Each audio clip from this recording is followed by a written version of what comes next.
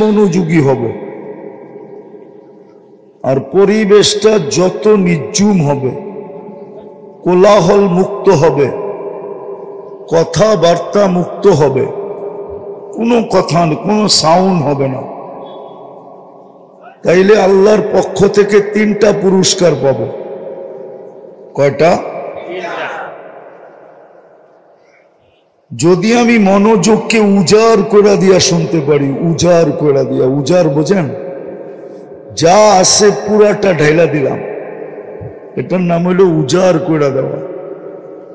আর পরিবেশটা যদি নির্জুম হলো 3টা লাভ হবে। 1 নম্বর, কথাগুলো সহজে বুঝে আসবে। দ্বিতীয় হবে, কথাগুলো আল্লাহ দিলে গাইথা দিবে। তৃতীয়, আল্লাহ আমল করার তৌফিক দিবে। কি? আমল করার তৌফিক দিবে আল্লাহ, অর্থাৎ জীবনে আমল আসবে। ফুল যেরকম ফুটা ব্যতীত, ফুল যতক্ষণ না ফোটে ততক্ষণ কেউ এর দিকে চোখ উঠায় তাকায় না, কেননা ফুটা ব্যতীত ঘ্রাণও আসে না, আর রঙও দেখা যায় না। বুঝাইতে পারতেছি তো? আমার কথায় সুর হবে না, এই জন্য ধ্যান দিতে হবে। ফুল যতক্ষণ পর্যন্ত না ফোটে ততক্ষণ পর্যন্ত কিন্তু কেউ চোখ তুলা দেখে না, হাত বাড়ায় নেয় না, কাটার খোঁচা খাইয়েও কেউ ছিঁড়ে না। আর যখন ফুটা যায় তো কাটার খোঁচা খাইয়েও হাত দিয়া ছিঁড়ে, চোখ বুলায়া দেখে, হাত বাড়ায় নেয়।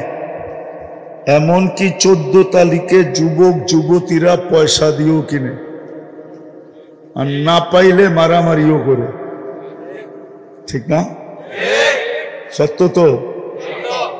তো ফুল যেরকম ফুটা ব্যতীত আকর্ষণের পাত্র হয় না, এটাতে একমত তো? তার ঘ্রাণও আসে না। এগুলো তো কাগজের ফুল, আর্টিফিশিয়াল। এটাও বলছে কবি, हकीकत सुफ नहीं सकती बनावट की उसूलों से, कभी बुआ नहीं सकती के कागज के फूलों से। এগুলার থেকে কখনো ঘ্রাণ আসবে না। এটা হলো চোখের শোভা। আবার 14 তারিখে এটা নিয়ে গেল জুতার বাড়ি, এতে কোনো সন্দেহ নেই। বলবে তুই এখনই 2 নম্বর করস, আগে যা কয় নম্বরই করবি আল্লাহই জানে। যদি এটা নিয়ে গেল, জীবনে কোনোদিনও লেখা দিবে না I.U, এটা জীবনের জন্য অফ হয়ে গেল। বলবে তুই প্রথম দিনই সত্য কাহিনী মনে উঠলো, এই জন্য বলতেছি। আমি জাপানে 2 বার গেছি। কবার? তো জাপানে আমাদের এক বাঙালি বিয়ে করছে, জাপানিজ মেয়ে, মুসলমান বানায় করছে। তো ফজরের নামাজ নিজে পড়ে না দেখা স্ত্রীকে বলছে যে নামাজ 4 ওয়াক্ত। কয় ওয়াক্ত? জোহর, আসর, মাগরিব, এশা। তো নতুন জাপানি মেয়ে, জাপানিরা কিন্তু যেটা করে ওটা সিরিয়াসলি করে। সিরিয়াসলি বোঝেন? খুব গুরুত্ব দিয়া করে। তো মহিলা নবমুসলিম 4 ওয়াক্ত নামাজ খুব ভালো মতে পড়তেছে।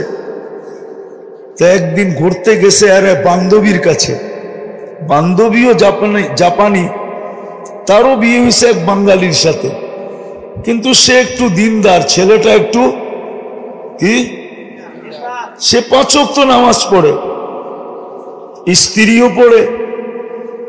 তো যখন বান্ধবীর কাছে গেছে তো বান্ধবী জিজ্ঞাসা করছে, তুই নামাজ কয় ওয়াক্ত পড়িস? কেন, নামাজ তো 4 ওয়াক্ত। তো সে মাথায় হাত দিয়ে বলছে, কে বললো তোকে 4 ওয়াক্ত? কেন, আমার স্বামী তো বললো 4 ওয়াক্ত, জোহর, আসর, মাগরিব, এশা। তো বলছে, না বোন, নামাজ 5 ওয়াক্ত। সবচেয়ে গুরুত্ব যে নামাজের রাখে সেটাই তোর স্বামী বলে নেয়, ফজরের নামাজ। তো সারাদিন ছিল, খাওয়া দাওয়া করছে। বিকালে যখন ওইখান থেকে আসতে ছিল তো অফিস থেকে ডিভোর্স লেটার নিয়ে আসছে উঠায়া, রাত্রে স্বামীকে বলতেছে এই নাও ডিভোর্স লেটার। বলছে কেন? বলছে তুমি যখন নামাজ নিয়ে আমার সাথে ধোঁকা করতে পারো, তাহলে সারা জীবনে তুমি আমার সাথে ধোঁকাই করবে, আর ভালো করবে না, বিধায় আমি তোমার সাথে থাকতে ইচ্ছুক না। ঠিক এরমই 14 তারিখে এই ফুল নিয়ে গেলে জীবনে কোনোদিন আর I.U লেখা দিবে না। কেননা প্রথমেই এরকম ফুল নিয়ে গেছে যেই ফুলের কোনো গ্রান কোনোদিন হবেই না। তো মানুষ ফুল যতক্ষণ পর্যন্ত না ফোটে আকর্ষণের পাত্র হয় না। মানুষ চোখ উঠায় তাকায় না, হাত বাড়ায়া নেয় না, কাটার খোঁচা খায়া কোনোদিন ছিঁড়ে না, পয়সা দিয়া কোনোদিন কিনে না। ঠিক আপনি আর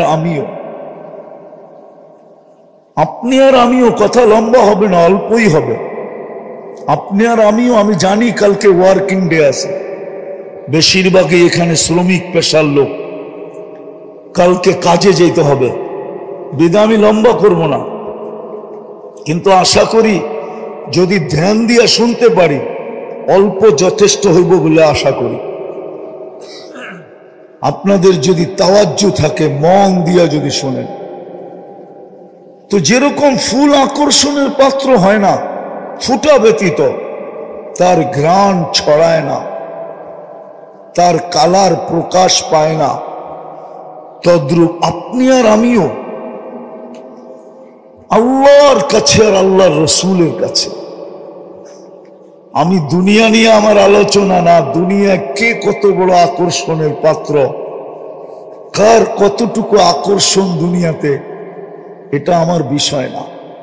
আমি জানি যুবক দুনিয়াতে বড় আকর্ষণের পাত্র, কেননা তার ভিতরে টকবগে যৌবন আছে বিদায় সবাই তার দিকে চোখ তুলা দেখে।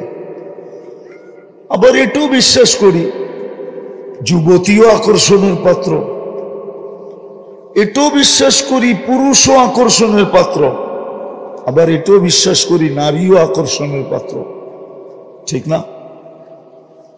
টাকাওয়ালাও আকর্ষণের পাত্র, বড় সম্পত্তির মালিক হলেও আকর্ষণের পাত্র হয়, বড় ফ্যাক্টরির মালিক হলেও আকর্ষণের পাত্র হয়, বড় রূপসী হলেও আকর্ষণের পাত্র হয়। হাজারো ভাবে দুনিয়াতে আকর্ষণের পাত্র মানুষ আজকে, হাজারো ভাবে। কেউ গলা দিয়ে আকর্ষণের পাত্র, কেউ আবার দেখা যাবে আরে কি বলে এটাকে, কেউ আবার দেখা যাবে হাসি মজাক দ্বারাও আকর্ষণের পাত্র। কৌতুক যারা করে এরা কৌতুক দ্বারা আকর্ষণের পাত্র। আমার এটা বোঝানোর উদ্দেশ্য না কে দুনিয়াতে কতটুকু আকর্ষণের পাত্র, এটা এই জন্য বোঝানোর উদ্দেশ্য না যে আমরা এখানে থাকবোই বা কতদিন। কসম, এটাই তো সত্য। আজকে সূর্যটাও তো বলতে বলতে ডুবলো, লান আউদ ফি হায়াতিকা আবাদা, হতে পারে তোমার জীবনে আর কোনোদিন আমি উদিত হব না, তুমি হইতে পারে আর কোনোদিন আমাকে উদিত হইতে দেখবে না। এরকম তো প্রতিদিনই ডুবার সময় বলতে বলতে ডুবে।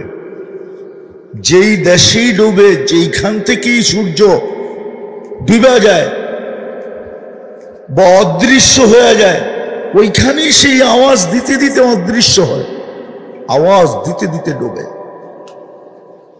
মাটিও তো প্রতিদিন মানুষকে বলে তামশি আলা যাহরি, আমার বুককে তোমরা ফাটায় ফেলতেছ, মাসিরুকা ফি বাতনি, অতি সত্তর তোমরা আমার পেটে আসবে, ফাতারা মুআমালাতি, তোমরা আমার ব্যবহার দেখবে যে আমি কার সাথে কি ব্যবহার করি। আর ওই ব্যবহারটা হাদিসে লেখাও আছে, কার সাথে কি ব্যবহার করবে এটা হাদিসে লেখাও আছে। কারোর সাথে তো এরকম ব্যবহার করবে কা উম্মিল হানুন, দয়াবতী মার মতো ব্যবহার করবে। এই জন্যই হাদিসে আছে কিছু লোক আছে যাদেরকে কবরের পাশে নিয়ে গেলে কবর বলে ইদান উহাব্বিলু লাকা বাতনি খাদরা, তোমাকে রাখতে দেরি, আমার পেটটা সবুজ শ্যামল হইতে দেরি হবে না, জান্নাতের বাগান হইতে দেরি হবে না। ওই চিত্র উলামায়ে কেরামের কাছে আছে হাদিসে যে জান্নাতের বাগান কেমন হবে। চলেন একটু মনে যখন উঠলো বলেই দিই। জান্নাতের বিছানা বিছানো হবে, বলা হবে ফাফরিশু লাহু ফিরাশাম মিনাল জান্নাহ, জান্নাতের বিছানা বিছাও, জান্নাতের কালিন বিছায়া দিবে।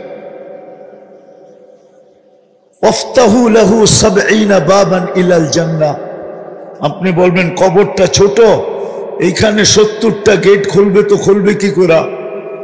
না, আপনি উপরেরটা দেখতেছেন, ভিতরেরটা না। যখন ভিতরে দিয়া দিবেন, আর যদি ওই ব্যক্তি হয় যাকে কবর সালাম দিছে, তো তার কবরকে প্রশস্ত করা হবে মুনতাহা নজরিহি, ওয়াসিউ মুনতাহা নজরিহি, যত দূর দৃষ্টি যায় অত দূর পর্যন্ত প্রশস্ত হবে। উপর দিয়া না, ভিতর দিয়া ৭০টা দরজা খুলবে। তার উপরে ঘোষণা হবে আরসিলু রিহাম বারিদাম মুতাইয়্যিবা, ঠান্ডা এত বেশি না যে কম্বলের দরকার হয়, আবার এত কম না যে গরম লাগে, সুঘ্রাণ যুক্ত বাতাস পাঠাইতে থাকো। তো জমিন প্রতিদিন বলে যে আমার কাছে অচিরেই তোমরা আসবে। শুধু জমিন না, কসম খোদার, শুধু জমিন না, আর শুধু সূর্য না, অনেক কিছুই আমাদেরকে ডেলি সতর্ক করে। এই জন্য আমার কথা শুরুটা ছিল ফুল ফুটা ব্যতীত যেরকম মানুষের কাছে না ঘ্রাণ ছড়ায়, না তার রং বোঝা যায়, না কেউ তার দিকে চোখ তুলা দেখে, না কেউ হাত বাড়ায় নেয়, না কেউ পয়সা দিয়া কিনে, ফুটন্তবিহীন ফুল যেরকম মূল্যহীন, আপনার আমার যেটা বুঝাইতে চাইতেছি যে দুনিয়ায় যতই পরিচয় আকর্ষণের পাত্র হোক না, তাতে কি আসে যায়? আসল হলো আমি আল্লাহ রসুলের কাছে কতটুকু আকর্ষিত, আমি এটাই বুঝাইতে চাইতেছি যে আল্লাহ রসুলের কাছে আমি আকর্ষণের পাত্র হব কি করে। বুঝলাম তো ফুল ফুটলে সকলের কাছে আকর্ষণের পাত্র হয়, বুঝলাম, কিন্তু আমি যুবক, তোমাদেরকে বুঝাইতে চাইতেছি, ভাবো, প্রত্যেকে আমরা ভাবি যে আমি আল্লাহর কাছে আকর্ষণের পাত্র হব কি করে, আমি আল্লাহর কাছে আকর্ষিত হব কি করে, রসুলের কাছে আকর্ষণের পাত্র হব কি করে। কেন এখানে তো ৬০-৭০ বছর। একটা উদাহরণ দিয়া বলতে চাইতেছি দুনিয়া বুঝানোর জন্য, নাইলে কোনো ক্রিটিসাইজ আমার উদ্দেশ্য না, কেননা কথা মিডিয়ায় যাইতেছে। 2 দিন আগেই দেখতাম আমরা, মিডিয়া খুললে তেল মারতে মারতে মারতে মারতে বাংলাদেশে তেলের দাম বাড়ায় দিছে,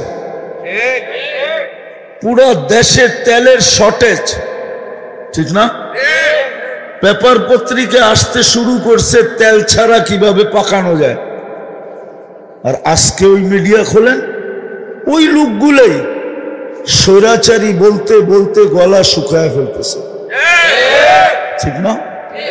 দিস ইজ দুনিয়া, এটা নয় দুনিয়া। যুবক, তুমি কয়দিন আকর্ষণের পাত্র? যৌবন আছে যতক্ষণ তুমি আকর্ষণের পাত্র অতক্ষণ।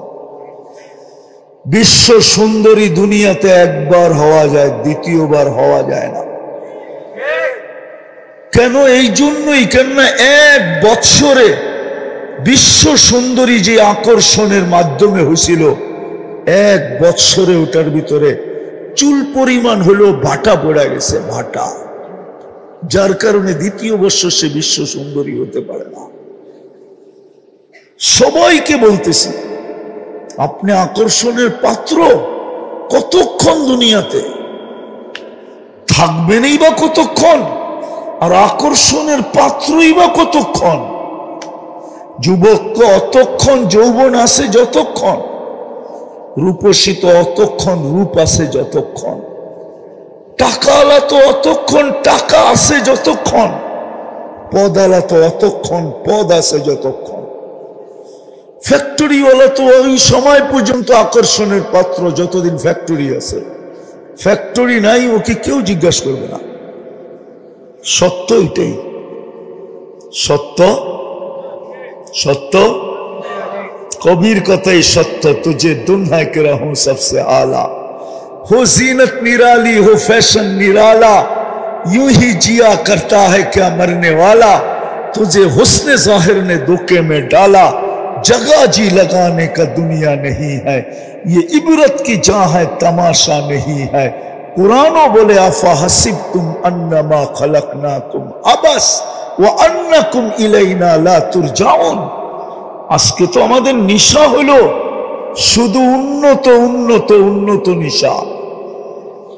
মুসলমান হায় হায় কথা অন্যদিকে চলে যাবে, কিন্তু মনের ভিতরে ব্যথা উঠে গেছে, না বইলেও পারতেছি না। মুসলমান শুধু উন্নতি দেখতেছে, উন্নতি। মুসলমানের চেয়ে তো উন্নত কেউ নাই আজকে। মুসলমানের চেয়ে উন্নত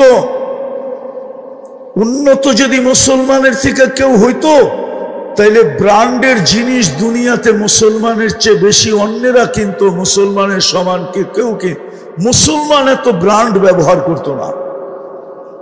যুবকরা মনে হয় বিশ্বাস করে না, ঠিক না? দুনিয়ায় সবচেয়ে বেশি ব্র্যান্ড ব্যবহার করে মুসলমান। যদি শিক্ষিত হয়ে থাকেন তাহলে এখন নেটে যে সার্চ দেন, গুগলকে জিজ্ঞেস করেন যে দুনিয়ার দামি দামি ব্র্যান্ড কারা ব্যবহার করে, কাদের জন্য এই ব্র্যান্ড গুলা টিকা আছে। হায় হায় হায়, রাডু গরির ব্র্যান্ড কাদের জন্য টিকা আছে, রোলেক্স কাদের জন্য টিকা আছে, টি শার্ট কাদের জন্য টিকা আছে, এরকম দামি দামি ব্র্যান্ড কাদের কারণে টিকা আছে। যান গুগলকে জিজ্ঞেস করেন ম্যাকডোনা কাদের কারণে টিকা আছে। ম্যাকডোনা সবচেয়ে বেশি মুসলমান খায়, কেএফসি সবচেয়ে বেশি মুসলমান খায়, দুনিয়ার দামি দামি ব্র্যান্ড সবচেয়ে বেশি মুসলমান খায়। দামি দামি ব্র্যান্ড, সব ব্র্যান্ড টিকা আছে শুধু মুসলমানের কারণে। দুনিয়ার সবচেয়ে বেশি প্রসাধনী মুসলমান ব্যবহার করে, দুনিয়ার সবচেয়ে বেশি অলংকার মুসলমান ব্যবহার করে। বিশ্বাস হয় না? হয় হয় না? মনে হয় ঠিক না? আমেরিকানরা করে, ঠিক না? ডলার বেশি, ঠিক না? ইংল্যান্ড, কানাডা, অস্ট্রেলিয়া, আরে বলেন না, জাপান, কোরিয়া, বলেন না, ইউরোপ। আপনি তো মিডিয়া দিয়ে করবেন, আমি তো চোখে দেখে আসছি। আমি তো সারা বছরই ঘুরি, ঘুরতে যায় তো আপনাকে স্বাধীনতা দেখতে পারলাম না। ওই সময় তো আমি বাহিরে ছিলাম। আমি জুলাইয়ের 18 তারিখে গেছি, 5 তারিখে সকালে ফজরের সময় ইংল্যান্ড থেকে আমার কানাডার ফ্লাইট ছিল। যখন এইখানে স্বাধীনতার উল্লাস চলতেছে তখন আমি হাওয়ার উপরে উঠতেছি, তখন তো আমি প্লেনে ছিলাম। আমাকে কি বুঝাবেন? দুনিয়ার সবচেয়ে বেশি সোনা ব্যবহার করে মুসলমান, সবচেয়ে বেশি অলংকার ব্যবহার করে মুসলমান, সবচেয়ে বেশি মেকআপ শেকআপ ব্যবহার করে মুসলমান। এই এলাকায় প্রত্যেকটা ঘর একটা মিনি, কি বলে এটাকে, কসমেটিক্সের দোকান, ঠিক না? কি প্রত্যেকটা ঘরে হবে না ছোট একটা দোকান? না হবে না? হ্যাঁ, আমি ঘুরে বলতেছি। তারপরও মুসলমানের এই দুরবস্থা আজকে কেন? দুনিয়ার 70% ধন সম্পদ মুসলমানদের পকেটে, মুসলমানদের পায়ের নিচে। মুসলমানের চেয়ে বেশি তেল কার কাছে আছে? তেল মুসলমানের কাছে, গ্যাস মুসলমানের কাছে, সোনা মুসলমানের কাছে, রূপা মুসলমানের কাছে। দুনিয়ার সবচেয়ে বেশি অর্থ মুসলমানদের কাছে। আমি তো বলি, যদি মুসলমান মুসলমান হতো, 12টা দেশ যদি একত্রিত হইতো আর বলতো সারাটা দুনিয়া কিনা নিতে পারত, শুধু 12টা দেশ, আমি চিনি ওদেরকে, দুনিয়ার সবচেয়ে বড় টাকা মুসলমানের কাছে। 4 দেশের কাছে দুনিয়ার সবচেয়ে বড় টাকা। কয় দেশ? কুয়েত, বাহরাইন, ওমান, তারপরে হলো ব্রুনাই। এখানে আছে কেউ ব্রুনাই গেছে?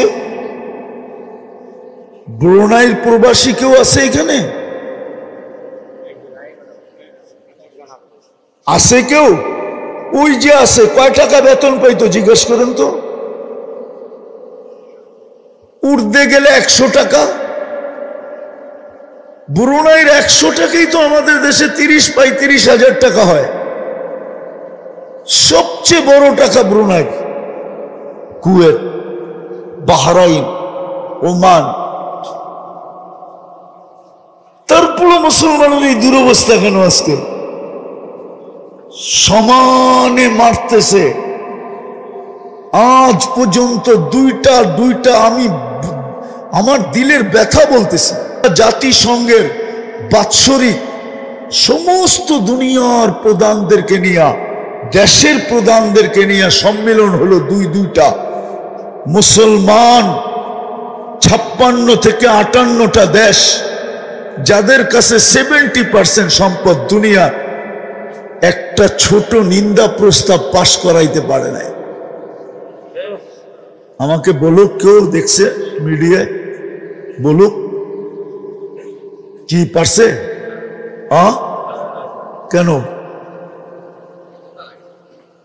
কেন পারলো না? বুঝা গেল ওরা আমাদেরকে মানুষ মনে করে না, ওরা আমাদেরকে আগাছা মনে করে। আগাছা বোঝেন? জঙ্গল। আমরা শুধু চিৎকার দেই, আমরা শুধু লাউড স্পিকারে চিৎকার দিতে থাকি, চিল্লাইতে থাকি। ওরা আমাদেরকে আগাছা মনে করে। দ্বিতীয় আরেকটা প্রমাণ দেই, ওরা শুধু আগাছা না, আগাছা মনে করে। এটার দ্বিতীয় প্রমাণ, আজ পর্যন্ত কোনো প্রাণীবাদী সংস্থা কিন্তু সারা ওয়ার্ল্ড ব্যাপী, এটা একটা সংস্থাই, এর শাখা সারা ওয়ার্ল্ডে আছে, আমাদের দেশেও আছে। দেখবেন গুলশান গেলে সকালবেলা রাস্তার কুকুররে ফজরের পরে খাওয়াইতেছে, ছোট ছোট কুকুর দৌড়া, বাচ্চা কুকুর দৌড়া খাওয়াইতেছে। আমার মহল্লায় খাওয়ায়। শীতের দিন জ্যাকেট পরায়, জ্যাকেট। হাসেন কেন? সত্য না? হ্যাঁ, বৃষ্টি যখন ঝুমঝুমায় ফজরের সময় হয়, ওরা ছাতি নিয়ে এসে কুকুরকে খানা দেয়। আমি জিজ্ঞেস করছি, তোমরা কারা? মেয়ে ছেলে। তো বলতেছে আমরা প্রাণীবাদী সংস্থার পক্ষ থেকে। এই যে 48,000 ফিলিস্তিনি যে মারা গেল, আজ পর্যন্ত ওনারা তো জেনারেল শিক্ষিত, ঠিক না? ওনারা বলুক, যুবকরা তো সারাদিন নেটের ভিতরে থাকে, ওরা তো কখনো নেটের থেকে বাহির হয়ই না। হ্যাঁ, নেট বুঝো? আবার বাংলায় কিন্তু তর্জমা করতে গেলে জাল হইব, ওরা সারাদিন জালের মধ্যে থাকে। আফসোসে তো বলতেছি, নাহলে বলতাম না। কোরআন তো আমাদের ঘরে কবে খুলছে আল্লাহ জানে। গিলাফে যে লাভ বসছে, আর মনে হয় 2-4 বৎসরও কোরআন আমাদের ঘরে একবারও খোলা হয় না। হয়? রাগ হয়ে গেলেন? হ্যাঁ, কিন্তু যুবকদের তো ফেসবুক 1 মিনিটের জন্য বন্ধ হয় না, খোলাই থাকে। 1 মিনিটের জন্য বন্ধ হয় না। যদি নেট এখন তো আনলিমিটেড চালায়, কেন সবার ঘরেই ওয়াইফাই, ঠিক না? হ্যাঁ, সবার ঘরে কি ওয়াইফাই না থাকলেও প্রতিবেশীর পাসওয়ার্ড সবার ঘরে আছে, ঠিক না? ঘরে যায়, পাসওয়ার্ড লাগায়, ওপেন, ঠিক না? সত্য তো। আবার আরেকটা জানি কি বেরিয়েছে, পাসওয়ার্ডও লাগে না, কি জানি, আরে কি বলো এটাকে, মোবাইল থেকে মোবাইলে নেয় হটস্পট। হায় হায় হায়, কুরআন সারা বছরে একবার ছুঁয়া দেখে না। আমি আফসোসে বলতেছি, ইয়া লাইতানি মিত্তু ক্বাবলা হাদা, হায় যদি আর আগে মউত চলে আসতো। আমার জাতি কুরআন ডেলি একবার খুলে দেখে না, দূরে একটা চুমা দেয় না। যুবক, তোমাদের পায়ে হাত রাখে। আমি ভিতর থেকে বলতেছি, আমার কথা এইখান থেকে না ওইখান থেকে আসতেছে, বড় ব্যথা নিয়ে বলতেছি। হায়, তোমরা যদি ডেলি কোরআন না পড়তে, আমার কোনো আপত্তি ছিল না, কোরআনটা নিয়ে যদি একটা চুমা দিতাম ডেলি একবার, আর বলতে আল্লাহ এটাকে আমি ভালোবাসি। সারাদিন তো তোমাদের ফেসবুক 1 সেকেন্ডের জন্য বন্ধ হয় না, চ্যাট করতেই থাকো, তুমি অনলাইনে থাকো। তোমাকে না পাইলে কতজনে গলায় রশি দিতে চায়, আবার তুমি না পাইলে আবার বিষ খাইতে চাও। সারাদিন একবার পাইলাম না অনলাইনে, না জানি আমাকে ফাঁকি দিয়ে অন্য কোনো দিকে চলে গেল কিনা, আমাকে স্যাক দিল কিনা। আবার যদি 2-1 দিন হয়ে যায় তো বন্ধু বান্ধব মিলা মিছিল বাহির করার চেষ্টা করে, কিন্তু সামাজিক কারণে মিছিল বের করতে পারে না, নাইলে মনে হয় মিছিল বহুত হইতে থাকতো এরকম, ঠিক না? হ্যাঁ, কিন্তু কোরআনটাকে তো সারাদিনে একবার চুমা দেব না। তো যেটা বলতেছিলাম, প্রাণীবাদীরা 48,000 ফিলিস্তিনি মারা গেল। আচ্ছা, মুসলমান বাদেই দিলাম, মানুষ তো, মানুষ বাদেই দিলাম, প্রাণী তো না, প্রাণী না, কিন্তু প্রাণীবাদীরা বলো, ওনারা জেনারেল শিক্ষিত এখানে যারা আছে আমাকে বলেন, যুবকরা বলো, একটা ছোট প্রতিবাদ 2 অক্ষরের আমাকে দেখাও প্রাণীবাদীদের পক্ষ থেকে, যে প্রাণীবাদীরা প্রতিবাদ করছে যে এতগুলা মানুষকে কেন মারা হলো, মুসলমান বাদ দিলাম, এগুলা প্রাণী তো, আর আমরা প্রাণীবাদী, আমাদের দায়িত্ব হয় আমরা একটা প্রতিবাদ করি। কিন্তু বাংলাদেশের প্রাণীবাদী সংস্থা তো প্রতিবাদ করে নেয়। আমেরিকারটা বাদেই দিলাম, ইংল্যান্ডটা বাদেই দিলাম, কানাডারটা বাদেই দিলাম, অস্ট্রেলিয়া ইউরোপেরটা বাদেই দিলাম। আমি তো বলি, আজকেও আপনাদের মাধ্যমে, মিডিয়ার মাধ্যমে, ইংলিশে তো বলতে পারবো না, বাংলাই বলতেছি। আমি জানি পশ্চিমারা ডুববে শুধু 2 কারণে। কয় কারণে? অচিরেই ডুববে ইনশাআল্লাহ, আমিন বলেন না? শুধু 2 কারণে ওরা ডুববে। একটা হলো ইহুদি প্রীতির কারণে, ইহুদিদের সাথে বেশি মাত্রাহীন প্রীতির কারণে, মোহব্বত, ভালোবাসার, প্রেমের কারণে। আর দ্বিতীয় হলো মুসলমানদের সাথে অহেতুক দুশ্মনী করার কারণে। অথচ আরেকটা কথাও বলি, যদিও এটা আমাদেরই দোষ, আমরা খ্রিস্টান জগৎকে বুঝাইতে পারি নাই যে কোরআন খ্রিস্টান জগৎকে আমাদের কাছে করছে, কাছে। হুজুররা মনে হয় মানবে না, কিন্তু কোরআন দিয়া দিতেছি। কোরআন এদেরকে আমাদের কাছে করছে, কি কাছে? এটা আমাদের লিডাররাও বুঝাইতে পারে না, আমরাও বুঝাইতে পারি না। আমরা কখনো এই ব্যাপারে মুখেই খুলি না, সারা জীবন বিরোধিতা করছি, কিন্তু কোরআন ওদেরকে আমাদের কাছে করছে। লাতাজিদুনা আশাদ্দান নাসি মুআদ্দাতান লিল্লাযীনা আমানু আল্লাযীনা ক্বালু নাহনু নাসারা। কি কোরআন পড়লাম না বানাইলাম? হাফেজরা বলো কোরআন পড়ছি না বানাইছি? কোরআন। তো কোরআন বলে লাতাজিদুনা আশাদ্দান নাসি মাওয়াদ্দাতান লিল্লাযীনা আমানু। মুসলমানদের সবচেয়ে কাছে কারা? যারা নিজেদেরকে খ্রিস্টান বলে দাবি করে। এই জায়গায় আছে লাতাজিদুনা আশাদ্দান নাসি আদাওয়াতান লিল্লাযীনা আমানু। সবচেয়ে বেশি মুসলমান বিদ্বেষী দুই সম্প্রদায় দুনিয়াতে। একদল হলো ইহুদ ওয়াল্লাযীনা আশরাকু, আর যারা মূর্তি পূজক। এই দুই দল হলো মুসলমানের সবচেয়ে বেশি বিরোধী। কোরআন বলতেছে কিন্তু খ্রিস্টানদেরকে আমাদের কাছে করছে। কিন্তু আমি বড় আফসোস করি দুনিয়া ঘুরার পরে যে আমাদের স্কলাররা কেন ওদেরকে বুঝাইতে পারলো না, আমাদের নেতারা কেন ওদেরকে বুঝাইতে পারলো না। যদি ওদেরকে বুঝাইতে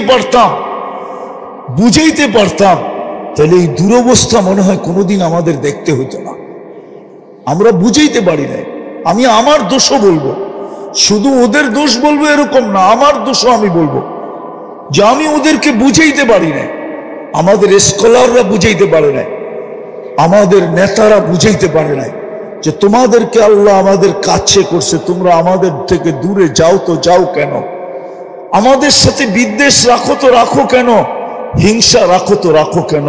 দুশ্মনী রাখো তো রাখো কেন? আমাদেরকে ঘৃণা করো তো করো কেন? আমরা তো তোমাদের কাছে, তোমরা আমাদের কাছে। কিন্তু যখন আমরা বুঝাইতে পারি না, তো এই জন্যই বলতেছিলাম প্রথমটা যে ওরা ডুববে দুই কারণে, পশ্চিমারা ডুববে শুধু দুই কারণে, নাইলে ওদের ডুবার কোনো কারণ আমি দেখি নাই। শুধু দুই কারণেই ওরা ডুববে। একটা হলো ইহুদিদের সাথে ওদের পিরিত বেশি। পিরিত বুঝেন তো? কি ভালোবাসা, ঠিক না? আরেকটা হলো মুসলমানদের সাথে ওদের দুশ্মনী বেশি। এই কারণেই ওরা ডুববে। তো যেটা আমি বুঝাইতেছিলাম, কথা বাহির হয়ে চলে গেছে, আমি গুছায় নিয়ে আসতেছি, কথার শেষ জায়গায় আমি চলে আসছি। এটাই বুঝাইতেছিলাম যে দুনিয়ায় আপনি যতই আকর্ষণের পাত্র হন না কেন, ফুল তো ফুটলে আকর্ষণের পাত্র হয়। আপনি যতই আকর্ষণের পাত্র হন না কেন, এটা আমার বিষয় না। আমার বিষয় হলো এটা ভাবানো যে আমি আল্লাহর কাছে আকর্ষণের পাত্র কতটুকু, বা আল্লাহর কাছে আমি আকর্ষণের পাত্র হব কিভাবে, রসুলের কাছে আমি আকর্ষণের পাত্র হব কিভাবে। আর কারণও আমি বলছি যে এখানে চিরদিন থাকা যাবে। এই চেহারাটা যে অস্তিত্ব দিছে তার সামনে একদিন দাঁড়াইতে হবে। এটা অস্তিত্ব দিছে কে? কে দিছে? এই চেহারাটা আল্লাহ অস্তিত্ব দিছে। জোরে বলেন কে? আল্লাহ। যত জোরে বলবেন তত ভিতরের ব্লক শেষ হয়ে যাবে, ব্লক থাকবে না। হ্যাঁ, ক্লিয়ার হবে। আমি শুধু কোরআন হাদিস না, ডাক্তারের প্রমাণ দিতে পারি। আমার কাছে আছে অডিও ক্লিপ, আমার কাছে আছে। আমেরিকার ডাক্তার বলছে মুসলমানের হার্টের প্রবলেম হয় কি করে আমার বুঝে আসে না। ও মুসলমান না, ও খ্রিস্টান। ও বলছে আল্লাহ শব্দকে আমি অ্যানালাইসিস করে দেখছি যে মুসলমান আল্লাহ বলে, আবার হার্টের ভিতরে প্রবলেম হয় কি করে। তাইলে বোঝা গেল মুসলমান আল্লাহ যেইভাবে বলার দরকার ওইভাবে বলে না। আসলেই সত্য, আমরা আল্লাহ বলি না। এইখানে একজনও পাওয়া যাবে না এই বিশাল জনগোষ্ঠীর ভিতরে। জানি না অন্তরালে কোনো মা বোন পাওয়া যায় কিনা যে ডেলি 200 বার আল্লাহ বলে। কয়শো বার? অথচ আমার থিওরি হলো, আমার থিওরি, কিতাবের থিওরি না, আমার যৌক্তিক থিওরি হলো প্রত্যেক মানুষের ডেলি 550 বার আল্লাহ বলা চাই। বলবেন কেন, কোন যুক্তিতে? আমরা ডেলি 550 লিটার অক্সিজেন নেই। কত? 550 লিটার অক্সিজেন নেই। অক্সিজেনই আমাদের জীবনের সবচেয়ে বড় বেঁচে থাকার কি উপকরণ, অক্সিজেন। এই যে আমরা স্বাভাবিক শ্বাস নিতে পারতেছি, এটার মূল্য কিন্তু 2020-এ বাংলাদেশের এক শিল্পপতি আমাদেরকে জানায় দিয়ে চলে গেছেন দুনিয়ার থেকে।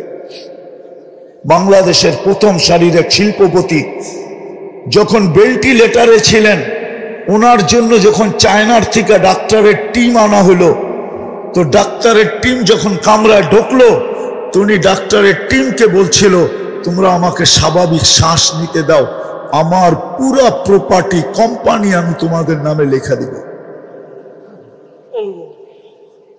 আপনি স্বাভাবিক শ্বাস নিতে পারতেছেন, ডেলি বৈশা নিতেছেন, কিন্তু একবারও কি আল্লাহ বলছেন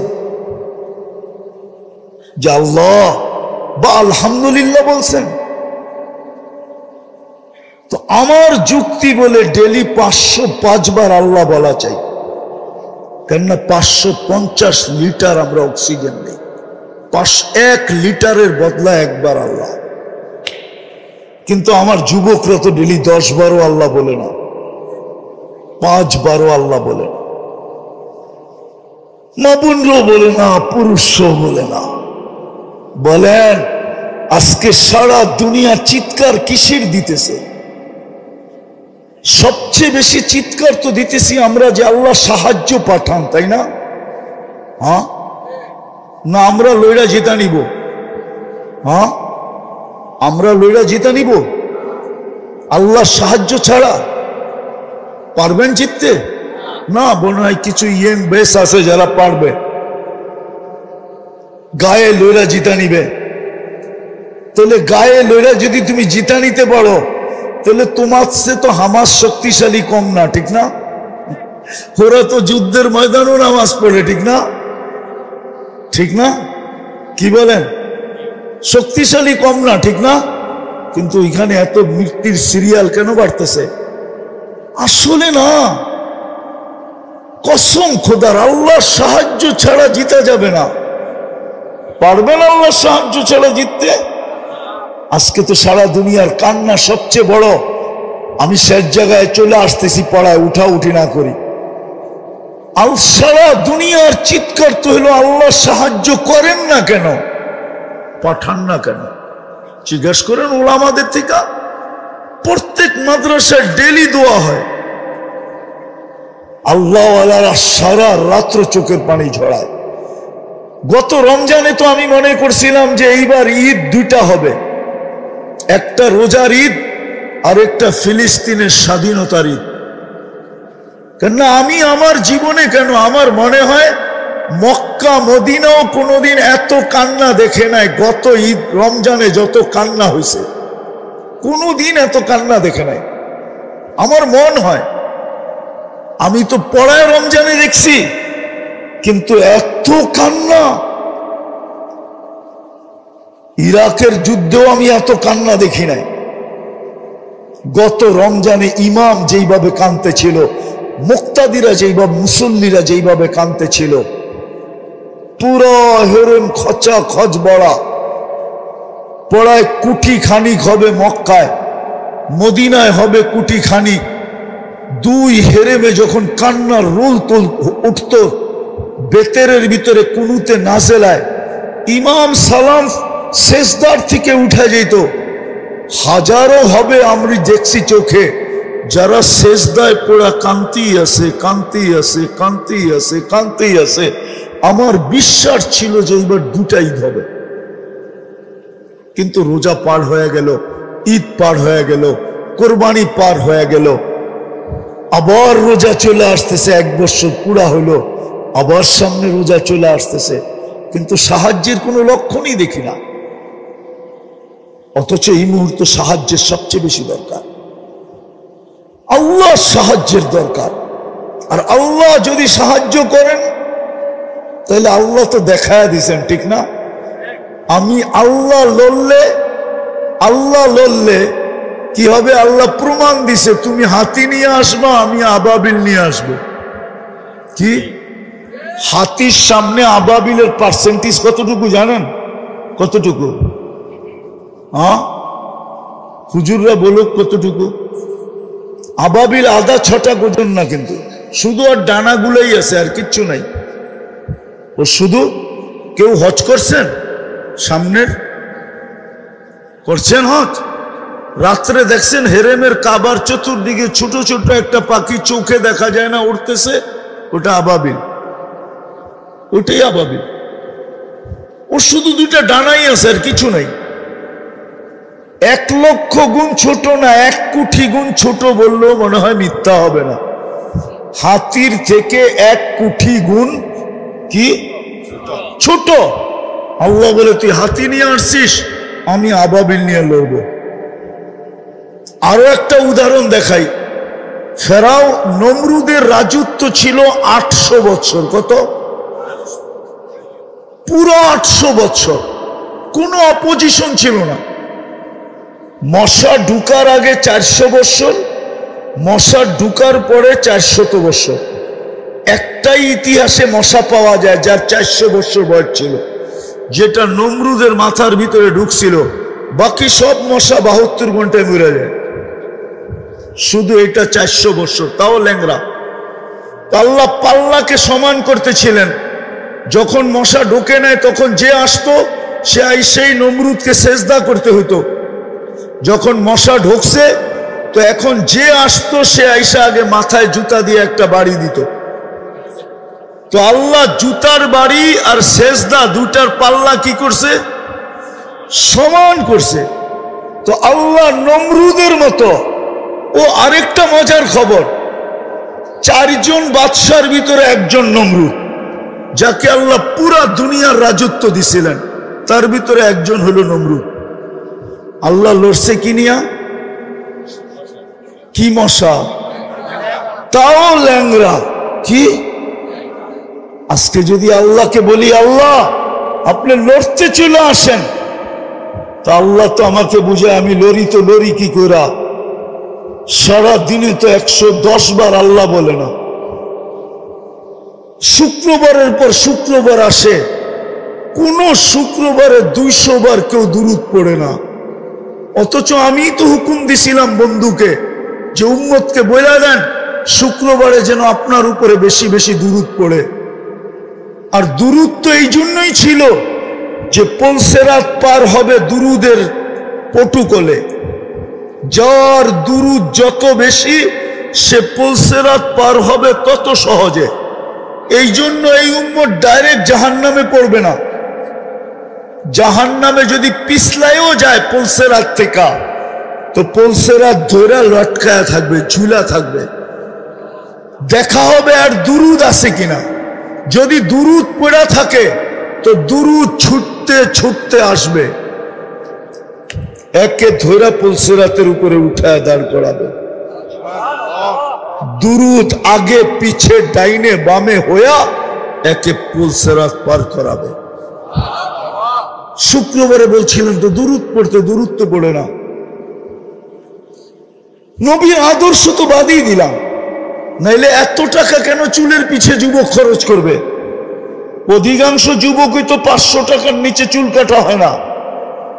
কেননা ও চুলের ডিজাইন দেখে নেটের ভিতরে পছন্দ যেটা হয় ওটাকে দেয় স্ক্রিনশট, নিয়ে যায় সেলুনে, সেলুনওয়ালা ডিজাইন দেখেই কাইতয়া পড়া যায়, আর বলে এটা 500-র কমে কাটা যাবে না। কিন্তু ওর তো ডিজাইন দিলের ভিতরে ঢুকে গেছে। ও বলে 500 কেন, 1000 হইলেও কাটবো, কাট। 500 টাকা দিয়ে চুল কাটায়। মা বোনরা ফ্যাশন করে নেটে দেখা। ইসলামে কি সাজগোজ নাই? না নাই, নাই সাজগোজ। হুজুররা বলো, ইসলামে যদি সাজগোজ না থাকতো তাহলে আল্লাহর রসুল সফর থেকে ডাইরেক্ট বাড়িতে কেন আসতেন না? ওটা তো হাদিসে আছে। ডাইরেক্ট বাড়িতে আসতেন না। জিজ্ঞেস করছে, ইয়া রাসূলুল্লাহ, এতদিন পরে আসলাম, ডাইরেক্ট যে ঢুকা যাই? আল্লাহ রসুল বলছে, না, কোন অবস্থায় আছে তুমি কি জানো?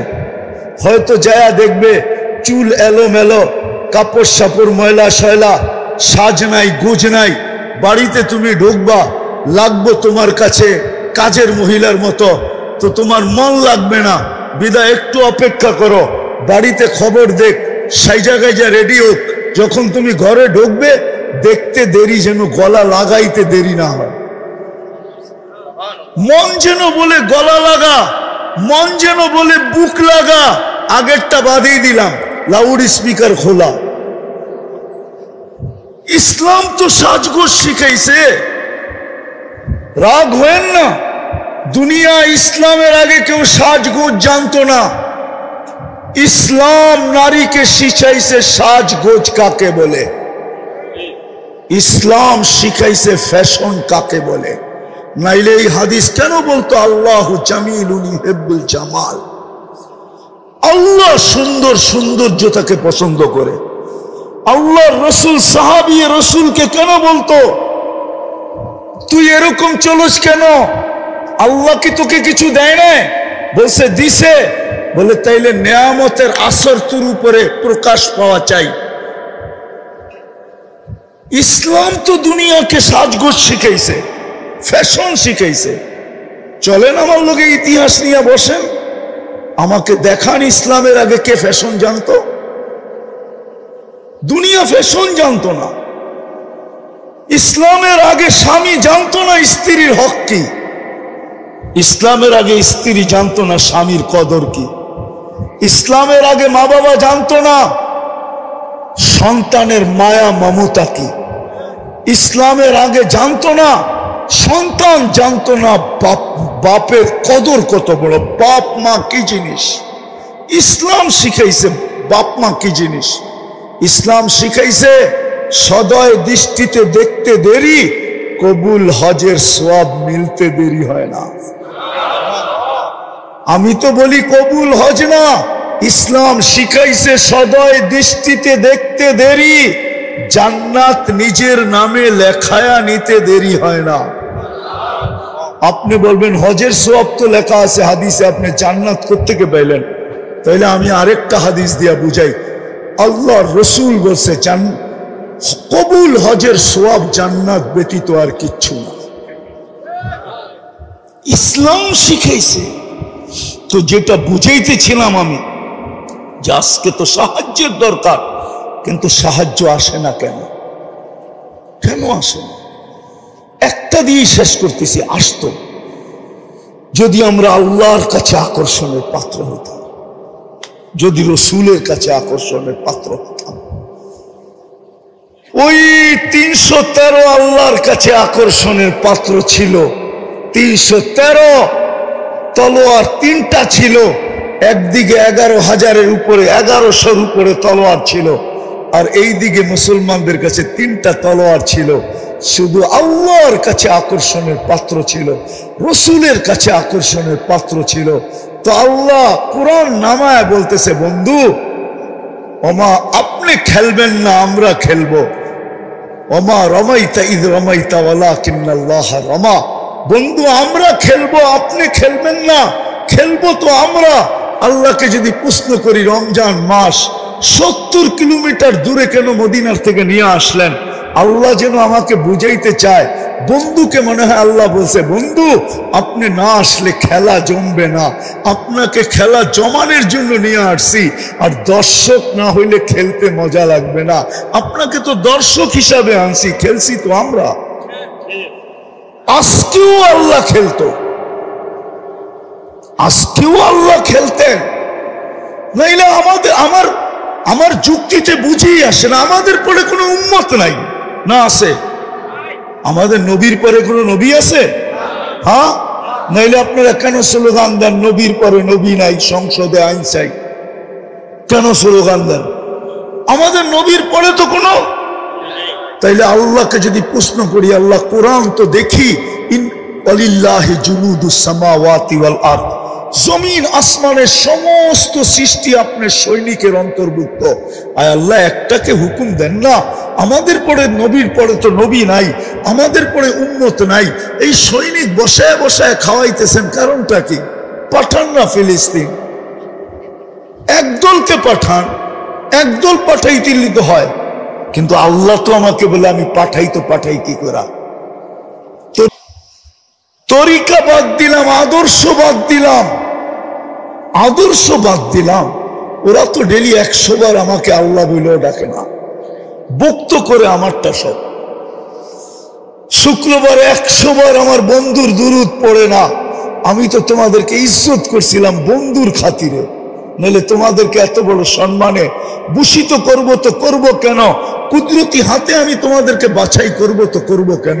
তোমাদের মাথায় শ্রেষ্ঠত্বের মুকুট দিব তো দিব কেন? কুনতুম খায়রা উম্মার ঘোষণা দিব তো দিব কেন? তোমাদেরকে আমি আমার জন্য পছন্দ করব তো করব কেন? সুহাদা আলান নাস, কিয়ামতের দিন আল্লাহ নিজের জন্য আমাদেরকে পছন্দ করছেন। আমি কেন তোমাদের জন্য, তোমাদেরকে আমার জন্য পছন্দ করব? এরা তো আমার বন্ধুর উপরে দুরূদ পড়ে না। যুবক তো নবীর স্টাইলে চুল কাটে না, মা বোনরা ফাতেমার স্টাইলে সাজে না। সব বাদে দিয়া দিলাম। আল্লাহ তো আমাকে অভিযোগ করে সবকিছু বাদ, ডেলি আমি 5 বার ডাকি, তাও যদি আসতো 80%ই তো আসে না। আরে 50%ও যদি আসতো, অর্ধা অর্ধিও যদি আসতো, তাইলেও তো আমার মনকে বুঝাইতে পারতাম। 80%ই তো আসে না। ফ্যাক্টরিওয়ালা তো ফ্যাক্টরিতে নামাজে পড়ে না, মেইলওয়ালা তো মেইলে পড়ে না, বাজারওয়ালা তো বাজারে পড়ে না, হাটওয়ালা তো হাটে পড়ে না, দোকানদার তো দোকানে পড়ে না, অফিসওয়ালা তো অফিসে পড়ে না, আদালতওয়ালা তো আদালতে পড়ে না, খেতওয়ালা তো খেতে পড়ে না।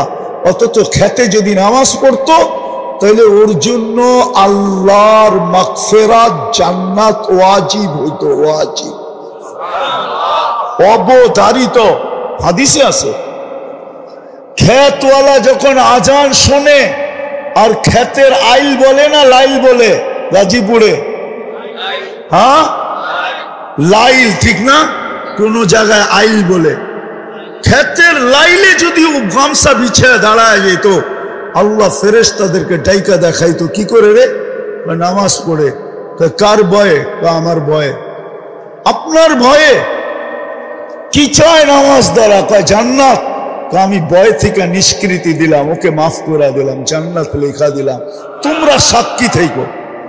খেতালা যদি খেতে দাঁড়াইতো, খামারওয়ালা যদি খামারে দাঁড়াইতো, মা বোনরা যদি গড়ে পড়তো, বাড়িওয়ালা যদি বাড়িতে পড়তো। আল্লাহ তো ডেলি 5 বার ডাকে।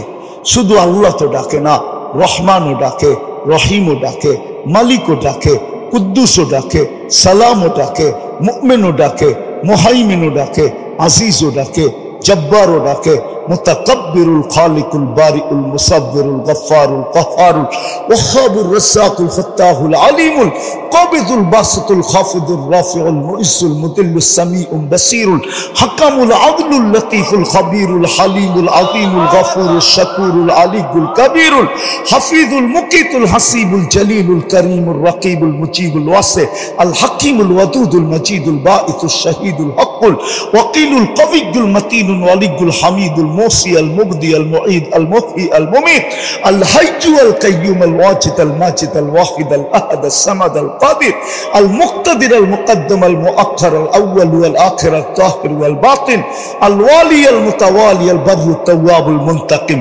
العفو الرؤوف مالك الملك ذا الجلال والإكرام المقسط والجامع والغني والمغني المانع الدار النافع النور الهادي البديع والباقي الوارث والرشيد الصبور জল্লে জালালু 99 পদের মালিক আল্লাহ ডাকে, তারপরও আসে না। এদেরকে সাহায্য করে তো করে কি করে?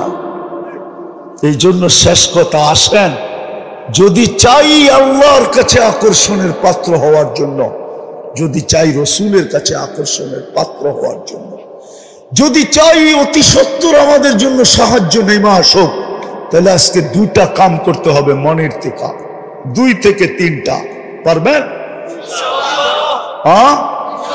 সর্বপ্রথম মনের থেকে তওবা করতে হবে। আমি তো বলি, আপনাদের মিডিয়ার মাধ্যমে বলি, আমার বড় ব্যথা লাগে, সারা দুনিয়ার মুসলিম স্কলাররা এই কথা কেন বলে না? সারা দুনিয়ার 200 কোটি মুসলমানের জন্য একটা দিন তওবার দিন হিসাবে নির্ধারিত কেন করে না? হায়, দুনিয়ার মুসলিম স্কলাররা যদি সারা দুনিয়ার মুসলমানদের জন্য একটা দিন তওবার দিন হিসাবে নির্বাচিত করত আর ঘোষণা দিত যে চলো অমুক দিন আমরা সারা দুনিয়ার 200 কোটি মুসলমান নর নারী আল্লাহর কাছে তওবা করব, দেখি কোরআনের ওই আয়াত সত্য হয় কিনা। কোরআনের ওই আয়াত সত্য, লিউযিকাহুম বাদাল্লাযী আমিলু লাআল্লাহুম ইয়ারজিউন। আল্লাহ বলতেছে তোমরা ফিরে আসো, আমি এটা চাই। হাদিসে কুদসি আছে, ইনতাবু ফানা হাবিবুহুম, তোমরা ইউটার্ন নিতে দেরি, তওবা করতে দেরি, আমি তোমাকে বন্ধু, তোমাদেরকে বন্ধু বানায়া দিতে দেরি করব না। তারপরে আমার ঘোষণা আসবে, মান আদালি ওয়ালিয়ান আযানতুহু লিল হারব, আমার বন্ধুদের সাথে যে লড়বে সে, আমি বন্ধুদেরকে লড়তে দিব না। আমার বন্ধুদের সাথে যে লড়ার জন্য নাইমা আসবে, আমি বন্ধুদেরকে লড়তে দিব না, বড় মধ্যখানে আমি বন্ধুদের পক্ষ হয়ে লড়ব। আমার স্কলাররা কেন এই কথাটা ঘোষণা দেয় না? কিন্তু আমার কথা তো কারো কাছে যাবে না, কিন্তু আমার ভিতরে ব্যথা। সারা দুনিয়ার মুসলিম স্কলাররা যদি একটা দিন 200 কোটি মুসলমানের জন্য নির্ধারিত করত যে অমুক দিন মুসলমান সারা দুনিয়ার আল্লাহর কাছে তওবা করবে, যে আজকে কি আল্লাহ আমাদের উপরে নারাজ হয়ে গেলেন কিনা। একটা বছরের উপরে হইল ফিলিস্তিনের মতো জমিন, যেখানে আল্লাহর খলিল শুয়ে আছে, ও দিয়ে খলিল আমি চোখে দেখে আসছি। আমি তো ফিলিস্তিন 14 বছর আগে পাড়ায় আসছি, ও দিয়ে মুসা তো আমি দেখে আসছি। 70 জনের উপরে নবীদের কবর আছে এখানে। হায় হায় হায়, 1.25 লক্ষ নবীদের সম্মিলন হয়েছে মেরাজের রাত্রে ওই বাইতুল মুকাদ্দাস, ওই শহর, ওই জমিন যার প্রত্যেকটা বালুর কণার সাথে বরকত মিশ্রিত। আল্লাহ বলে বারাকনা হাওলা, কণার সাথে বরকত মিশ্রিত। ওই মানুষগুলা 1 বছরের উপরে। চলেন আমরা আজকে উম্মতের পক্ষ থেকে তওবা করি, নিজেদের পক্ষ থেকেও করি, উম্মতের পক্ষ থেকেও। রাজি? কে কে রাজি দেখি? তাইলে বলে দেন, আল্লাহ কিন্তু আমাদের দুনিয়ার ছাদে। বলেন আল্লাহ, আমরা আমাদের গুনার থেকে তওবা করলাম, আপনি আমাদের তওবা কবুল করেন, আমাদের গুনাহ মাফ করে দেন। সাথে সাথে আমরা পুরো উম্মতের পক্ষ থেকে তওবা করলাম,